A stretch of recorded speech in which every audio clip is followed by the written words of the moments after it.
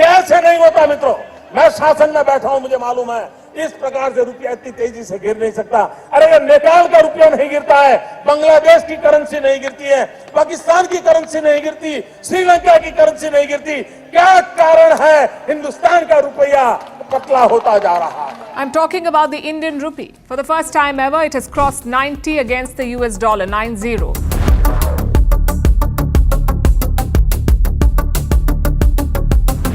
दोस्तों, एक समय था जब $1 सिर्फ 3 रुपए के बराबर हुआ करता था। क्या आप गैस कर सकते हैं वो कौन सा साल था? वो साल था 1947, जिस साल हमारा देश आजाद हुआ था। और अब चल रहा है 2025, यानी आजादी के करीब 78 साल बाद उसी $1 की कीमत 90 रुपए तक पहुंच चुकी है। तो यहाँ सबसे बड़ा सवाल उठता है, डॉलर और रुपए के बीच इतना बड़ा फासला हुआ कैसे? इसका जिम्मेदार कौन है? और क्यों इंडियन रुपी लगातार डॉलर के कंपैरिजन में गिरता जा रहा है? सिर्फ डॉलर ही नहीं, बल्कि येन, यूरो और स्विस फ्रैंक जैसे बड़े करेंसीज के मुकाबले भी रुपया धीरे धीरे कमजोर होते जा रहा है। अरे इनको तो छोड़ो, अफगानिस्तान की करेंसी भी इंडियन रुपी से ज्यादा स्ट्रॉन्ग नजर आ रही है। आखिर ये सब हुआ कैसे और इसका क्या कारण है? और क्या रुपए के गिरने से हम आम इंडियंस की लाइफ में कोई प्रॉब्लम क्रिएट हो सकती है? अगर हाँ, तो वो कौन सी प्रॉब्लम्स होंगी जिसे हमें फेस करना पड़ सकता है? और अगर ये मुद्दा इतना ही गंभीर है तो फिर हमारी सरकार इस पर कोई एक्शन क्यों नहीं लेती? इन सब की चर्चा आज की इस वीडियो में हम करने वाले हैं, तो वीडियो को ध्यान से देखना। तो सबसे पहले बात करते हैं, इंडियन रुपी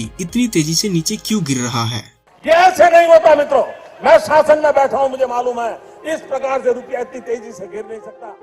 दोस्तों, रुपए की वैल्यू गिरने के पीछे सिर्फ कोई एक वजह नहीं है, बल्कि इसके 3 इंटरकनेक्टेड वजह हैं। पहला कारण है ग्लोबल फैक्टर्स, जिसे ऑब्वियसली हम लोग कंट्रोल नहीं कर सकते। दूसरा कारण है स्ट्रक्चरल ट्रेड डेफिसिट और तीसरा कारण है कैपिटल फ्लो रिवर्सल। टेंशन मत लो, सिर्फ नाम डिफिकल्ट है, बाकी टॉपिक बहुत आसान है। चलो एक एक करके इन तीनों की बात करते हैं। सबसे पहला है ग्लोबल फैक्टर। इसमें भी 3 चीजें आती हैं। फर्स्ट, जैसे हमारे इंडिया में RBI है, वैसे ही अमेरिका में फेडरल रिजर्व होता है। 2022-23 में फेडरल रिजर्व ने अपने इंटरेस्ट रेट्स काफी अग्रेसिवली बढ़ा दिए। इसका सीधा इफेक्ट ये हुआ कि दुनिया भर में डॉलर की डिमांड बढ़ गई, और जब किसी करेंसी की डिमांड बढ़ती है तो वो ऑटोमेटिकली स्ट्रॉन्ग हो जाती है। तो अगर डॉलर स्ट्रॉन्ग होगा तो जाहिर सी बात है इंडियन रुपी उसकी तुलना में कमजोर ही दिखेगा। अब बात आती है इन्वेस्टर्स की। दुनिया भर के इन्वेस्टर्स हमेशा ऐसे एसेट्स ढूंढते हैं जहाँ उन्हें अच्छा रिटर्न प्लस सेफ्टी दोनों मिले। अभी इंडिया के 10 ईयर बॉन्ड्स लगभग 6.5% रिटर्न दे रहे हैं, और यूएस के 10 ईयर बॉन्ड्स लगभग 4.2% रिटर्न दे रहे हैं। देखने में लगता है इंडिया ज्यादा रिटर्न दे रहा है, लेकिन डिफरेंस अब उतना अट्रैक्टिव नहीं रहा जैसा पहले हुआ करता था। पहले इंडिया और यूएस के रिटर्न्स में गैप बहुत बड़ा होता था, इसीलिए इन्वेस्टर्स इंडिया में पैसे इन्वेस्ट करते थे। लेकिन अब ये गैप कम हो गया है। चलो इसको सिंपल एग्जांपल से समझते हैं। मान लो एक इंडियन कंपनी है एक्स, जिसमें इन्वेस्ट करने के बाद इन्वेस्टर्स को 10 साल बाद 6.5% रिटर्न मिलेगा, और एक अमेरिकन कंपनी है वाई, जहाँ इन्वेस्ट करने के बाद इन्वेस्टर्स को 10 साल बाद 4.2% रिटर्न मिलेगा। तो इन्वेस्टर सोचता है इंडिया में रिटर्न थोड़ा ज्यादा तो है, लेकिन रुपया कमजोर है। कल को अगर ये और गिर गया तो मेरा टोटल रिटर्न तो कम हो जाएगा। और वहीं यूएस में रिटर्न थोड़ा कम है, लेकिन डॉलर स्ट्रॉन्ग है और सेफ भी है, जिससे उसको रिस्क कम होगा। इसीलिए इन्वेस्टर इंडिया में इन्वेस्ट करने की बजाय यूएस में इन्वेस्ट करना ज्यादा प्रीफर करता है। अब सोचो, इन्वेस्टर अगर इंडिया में इन्वेस्ट करते तो वो डॉलर्स इंडिया में लेकर आते, जिससे डॉलर सप्लाई बढ़ती और रुपी स्टेबल रहता। लेकिन जब इन्वेस्टर्स इंडिया में पैसे नहीं ला रहे हैं तो डॉलर की सप्लाई कम हो जाती है, लेकिन इसकी डिमांड हाई रहती है, और रिजल्ट के तौर पर डॉलर और स्ट्रॉन्ग हो जाता है और रुपी की वैल्यू और नीचे गिर जाती है। सेकंड, रसिया यूक्रेन वॉर के चलते अब इंडिया को रसिया से तेल मिलना कम हो गया है, जिसकी वजह से हमें दूसरे देशों से तेल खरीदना पड़ रहा है। इंडिया रसिया से तेल खरीदते वक्त 85% पेमेंट डॉलर के अलावा दूसरी करेंसीज में करता था, जिससे इंडिया को ऑयल इंपोर्ट पर ज्यादा डॉलर्स की जरूरत नहीं पड़ती थी। लेकिन रसिया यूक्रेन वॉर की वजह से सिचुएशन बिगड़ गई है, और हमें उन देशों से ऑयल इंपोर्ट करना पड़ रहा है जिस देश में सिर्फ डॉलर से ही लेन देन होता है। अब अगर ऑयल इंपोर्ट डॉलर में हो रहे हैं तो हमें ज्यादा डॉलर्स की जरूरत पड़ रही है। इसकी वजह से डॉलर की डिमांड नेचुरली बढ़ जाती है, और जितना ज्यादा डॉलर चाहिए होगा उतना रुपया वीक होते जाता है। ऊपर से मिडिल ईस्ट कंट्रीज में भी अभी टेंशन चल रहा है, जिससे ऑयल सप्लाई का रिस्क बढ़ गया है, और जब ऑयल सप्लाई का रिस्क बढ़ जाता है तो क्रूड ऑयल का प्राइस भी बढ़ जाता है। इंडिया अपना 85% ऑयल विदेश से ही इम्पोर्ट करता है, तो उसका बिल भी बहुत ज्यादा आता है, और अगर सारा पेमेंट डॉलर में ही करना पड़ेगा तो डॉलर की वैल्यू बढ़ जाती है। और इसीलिए रुपया उसके सामने कमजोर पड़ जाता है। यानी जियोपॉलिटिक्स और ऑयल सप्लाई दोनों मिलकर रुपए की वैल्यू पर एक्स्ट्रा प्रेशर डालते हैं। थर्ड, अभी ब्रिक्स नेशन मिलकर डी डॉलराइजेशन का प्लान कर रहे हैं, मतलब दुनिया डॉलर पर कम डिपेंड हो उसकी तैयारी चल रही है। लेकिन ग्राउंड रियलिटी अभी भी डॉलर के फेवर में है। ब्रिक्स नेशन की इतनी कोशिशों के बाद भी डॉलर दुनिया की सबसे स्ट्रॉन्गेस्ट करेंसी है और दुनिया भर में सबसे ज्यादा यूज की जाने वाली करेंसी है। ऑयल हो,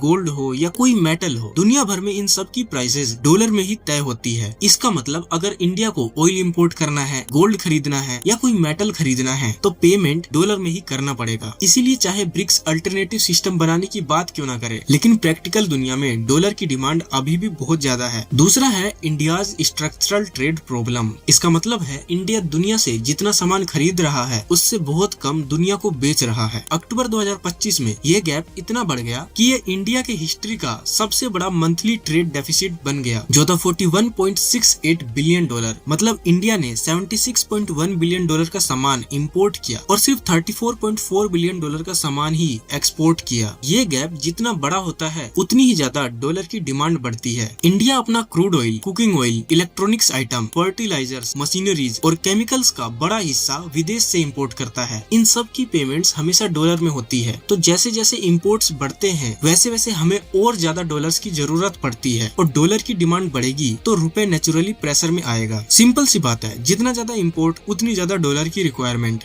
यहाँ तक अगर आप समझ गए तो अब आगे बढ़ते हैं। इंडिया एक्सपोर्ट कम क्यों कर रहा है? जवाब है यूएस ने जो इंडिया के ऊपर टैरिफ लगाया है उसकी वजह से। इस वक्त यूएस ने इंडिया के ऊपर 50% टैरिफ लगा रखा है, जितना कि दुनिया के किसी दूसरे देश पर नहीं है। यूएस ने सबसे ज्यादा टैरिफ इंडिया के ऊपर ही लगाया है। ऊपर से ग्लोबल मार्केट में मैन्युफैक्चरिंग स्लो डाउन चल रही है। दूसरी तरफ चाइना के चीप और हाई क्वालिटी प्रोडक्ट्स दुनिया में अपनी स्ट्रॉन्ग पकड़ बना चुकी है। जब बायर्स को सस्ता और अच्छा सामान चाइना से मिल रहा है तो इंडियन प्रोडक्ट्स को भारी कंपटीशन का सामना करना पड़ रहा है। इसका कंबाइंड इफेक्ट ये हुआ कि इंडिया के नॉन ऑयल एक्सपोर्ट्स 12% तक गिर गए। Engineering goods, James and jewellery, chemicals और गारमेंट्स जैसे सेक्टर भी नीचे आ गए। यानी global slow down plus US tariff plus China का डोमिनेंस, तीनों मिलकर इंडिया की एक्सपोर्ट परफॉर्मेंस को डायरेक्टली अफेक्ट कर रहे हैं। तीसरा है कैपिटल फ्लो रिवर्सल। 2025 में इंडिया एक बड़ी प्रॉब्लम फेस कर रहा है। फॉरेन पोर्टफोलियो इन्वेस्टर्स यानी एफपीआई एग्रेसिवली अपना पैसा इंडिया से निकाल रहे हैं। जनवरी से नवंबर 2025 तक एफपीआईज ने 1.48 लाख करोड़ रुपए यानी लगभग 16 to 17 बिलियन डॉलर्स विड्रॉ कर लिए हैं। ये सिचुएशन 2023 के बिल्कुल अपोजिट है, जब एफपीआईज इंडिया में हेवीली इन्वेस्ट कर रहे थे। लेकिन ये एफपीआईज इंडिया में इन्वेस्ट क्यों नहीं करना चाह रहे हैं, चलो इसे भी समझ लेते हैं। सबसे पहली बात, स्टॉक मार्केट उन्हें ओवर वैल्यूड लग रही है। पिछले एक साल से इंडियन मार्केट अंडर परफॉर्म कर रहा है और कंपनीज की अर्निंग ग्रोथ भी वीक है। डॉलर टर्म्स में देखा जाए तो निफ्टी का रिटर्न लिटरली 0% है। तो इन्वेस्टर्स भी सोचता है रिस्क भी बहुत ज्यादा है और बदले में रिटर्न कुछ खास मिल नहीं रहा, तो यहाँ पैसे क्यों ही लगाएं। दूसरी प्रॉब्लम इंटरेस्ट रेट गैप की है। आरबीआई ने 2025 में 1% का रेट कट कर दिया, जबकि यूएस फेडरल रिजर्व ने अपना रेट स्टेबल रखा। पहले इंडिया और यूएस के रेट में जो डिफरेंसेस था वही एफपीआईज के लिए एक्स्ट्रा अर्निंग जोन था। अब गैप कम हो गया तो फॉरेन इन्वेस्टर्स को रुपये में इन्वेस्ट करके पहले जैसा प्रॉफिट नहीं मिल रहा। तीसरी चीज, यूएस इंडिया ट्रेड डील का अनसर्टेनिटी। यूएसए चाहता है कि इंडिया अपने एग्रीकल्चर और डेयरी मार्केट्स उनके लिए ओपन करे, लेकिन इंडिया इससे मना कर रहा है। इन सब फैक्टर्स का कंबाइन इफेक्ट ये होता है कि एफपीआईज अपना पैसा इंडियन मार्केट से निकालने लगते हैं और जैसे ही वो अपना पैसा बाहर ले जाते हैं उन्हें इंडियन रुपीस को डॉलर में कन्वर्ट करना पड़ता है। इससे डॉलर की डिमांड बढ़ जाती है लेकिन रुपी और वीक हो जाता है। एशिया की इमर्जिंग मार्केट में 2025 में इंडियन रुपी सबसे वीक करेंसी रहा। बाकी देशों की करेंसीज या तो स्ट्रॉन्ग हुई या फिर सिर्फ हल्का सा डिप आया, लेकिन रुपी की गिरावट सबसे ज्यादा रही। एग्जाम्पल के लिए चाइना की इकोनॉमी में भी प्रॉब्लम्स थी, उनकी भी ग्रोथ स्लो हुई। लेकिन चाइना दुनिया का सबसे बड़ा मैन्युफैक्चरिंग हब है, जिसकी वजह से उनको एक्सपोर्ट में कोई दिक्कत नहीं आई। चाइना सोचता है यूएसए में एक्सपोर्ट नहीं हुआ लेकिन बाकी देश तो हैं, इसीलिए चाइना की करेंसी युआन गिरने के बजाय 5% और बढ़ गई। दूसरा एग्जाम्पल वियतनाम का ही ले लो। वियतनाम की करेंसी डोंग सिर्फ 3% गिरा, जो कि नॉर्मल माना जाता है। इनके कंपैरिजन में इंडिया का रुपी 6.32% गिरा, जो एशिया में सबसे बुरा परफॉर्मेंस है। तो क्या रुपए के गिरने से आम इंडियंस की लाइफ पे कोई फर्क पड़ेगा? चलो देखते हैं।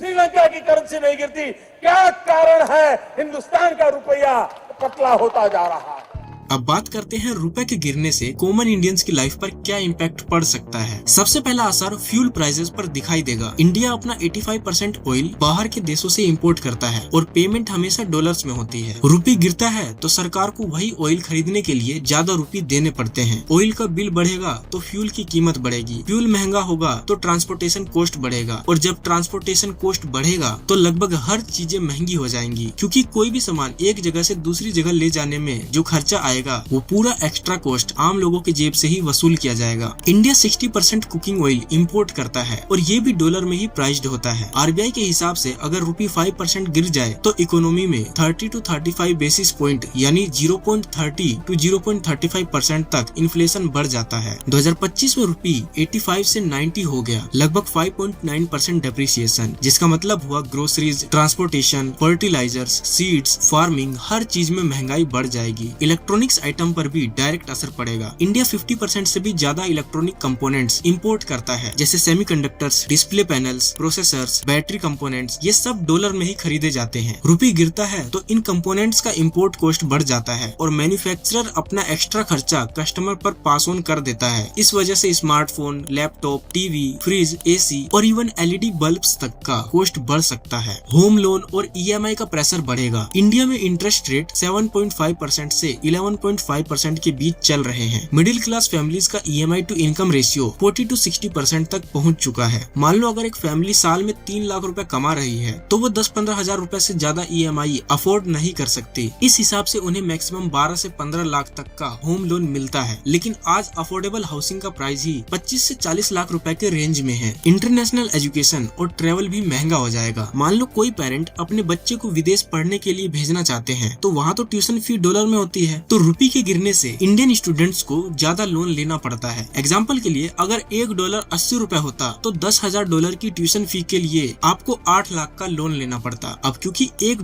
90 रुपए के बराबर है तो उतनी ही ट्यूशन फी के लिए आपको 9 लाख रुपए का लोन लेना पड़ेगा। ऊपर से वहाँ रहने का, खाने का, ट्रेवल करने का सबका खर्चा और महंगा पड़ेगा। और बिल्कुल वही इफेक्ट इंटरनेशनल ट्रिप पर भी पड़ता है। अगर आप किसी भी देश में घूमने जाओ, चाहे डॉलर हो, यूरो हो या पाउंड, रुपये इन सब के अगेंस्ट गिर चुका है। इसका सीधा मतलब है कि आपको फॉरेन करेंसी लेने के लिए ज्यादा रुपये देने पड़ेंगे और पूरा ट्रेवल बजट ऑटोमेटिकली महंगा हो जाएगा। तो समझे दोस्तों, सिर्फ 5 रुपए का डेप्रिसिएशन भी आपका पूरा बजट हिला सकता है। इसीलिए जरूरी है कि रुपये स्टेबल रहे और सरकार का फोकस इसी स्टेबिलिटी पर हो। तो चलिए अब देखते हैं कि क्या सरकार इस गंभीर मुद्दे पर कोई इफेक्टिव एक्शन ले रही है या नहीं।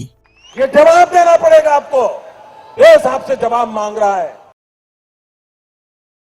सबसे पहला काम जो आरबीआई कर रहा है वो ये है कि रुपये को एक कंट्रोल्ड तरीके से नीचे गिरने दिया जा रहा है। आईएमएफ ने भी इंडिया को officially troll like arrangement category में डाला है, मतलब आरबीआई रुपये को स्लो स्पीड में गिरने दे रहा है। लेकिन जैसे ही रेट 90 से ऊपर पैनिक जोन में चला जाता है तो आरबीआई क्वाइटली डॉलर बेचकर रुपये खरीद लेता है ताकि फ्री फॉल ना हो। 2025 में लगभग 20 से 22 बिलियन डॉलर रिजर्व से यूज हो चुका है, जो इंडिया के टोटल रिजर्व 680 बिलियन के हिसाब से मैनेजेबल है। साथ में आरबीआई ने एक $5 बिलियन का एफएक्स स्वैप अनाउंस किया है और गवर्नमेंट बॉन्ड्स खरीद कर मार्केट में रुपये लिक्विडिटी भी बढ़ा दी है ताकि बैंक्स लैंडिंग स्मूथ रखे और सिस्टम पर स्ट्रेस ना पड़े। आरबीआई का काम है रुपये की वोलेटिलिटी को कंट्रोल करना, इसीलिए आरबीआई बस इतना इंश्योर करता है कि गिरावट अगर हो तो धीरे धीरे हो, पैनिक ना क्रिएट हो जाए, जो कि आरबीआई अपना काम कर रहा है। सेंट्रल गवर्नमेंट थोड़ा लंबा सोचकर स्टेप्स ले रही है। सबसे बड़ा point US India trade deal है। अगर ये डील हो जाती है तो इंडिया के एक्सपोर्ट्स बढ़ेंगे और रुपये को काफी सपोर्ट मिलेगा। साथ ही सरकार कोशिश कर रही है कि कुछ देशों के साथ ट्रेड डॉलर की जगह रुपए में हो जाए। इससे हमें ट्रेड के लिए कम डॉलर्स चाहिए होंगे। एनआरआई डिपॉजिट्स पर भी हाई इंटरेस्ट दिया जा रहा है, जिससे बाहर रहने वाले इंडियंस ज्यादा पैसा इंडिया में डिपॉजिट कर रहे हैं। इंडिया का लॉन्ग टर्म प्लान है डॉलर से अपनी डिपेंडेंसी को कम करना, यानी इंडिया में मैन्युफैक्चरिंग ज्यादा हो, एक्सपोर्ट्स बढ़े, गोल्ड इंपोर्ट हो